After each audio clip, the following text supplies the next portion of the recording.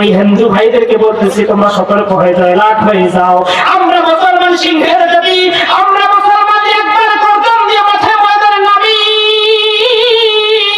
তোমরা হিন্দু নয়, হিন্দু নয়, তোমরা বাংলাদেশে এক সেকেন্ড থাকতে পারবা না। আমাদের মুসলমানকে সাইফুল ভাইকে তোমরা নির্যাতনভাবে কঠিনভাবে জবাই করলে, আমরা মুসলমান ধরি ধরি না করলে কিন্তু ছাড়ি না। আমার মুসলমান আইনজীবী সাইফুল ভাইকে ইসমাইল মার্শাল হত্যা করেছে, জবাই করেছে ওপেন রাস্তার মধ্যে। এই 90% মুসলমানের দেশে আমার আপনার মুসলমানকে হত্যা করতেছে বাজান।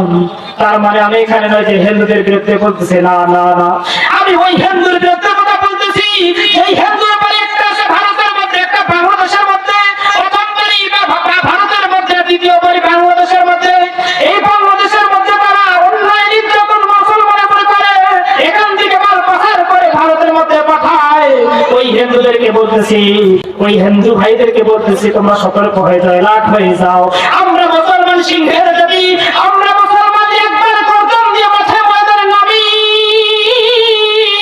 তোমরা হিন্দু নয়, হিন্দু নয়, তোমরা বাংলাদেশে এক সেকেন্ড থাকতে পারবা না।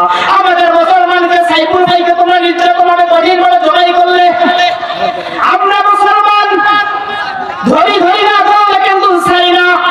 তোমরা ঠিক না? এই সাইফুল ভাইকে তারা হত্যা করলো। আমরা এখান থেকে বলতে চাই আজকে মির্জাগঞ্জের মাহফিল থেকে, যে ইসলামের মানুষেরা আমার সাইফুল ভাইকে হত্যা করেছে, আমরা পরিষ্কার ভাষায় বলতে চাই এই ইসলামকে বাতিল ঘোষণা করা হোক, তাহলে বাংলার মুসলমান চুপ থাকবে না, থাকবে না। কথা বলে ঠিক না? মুসলমান সিংহের জাতি, মুসলমান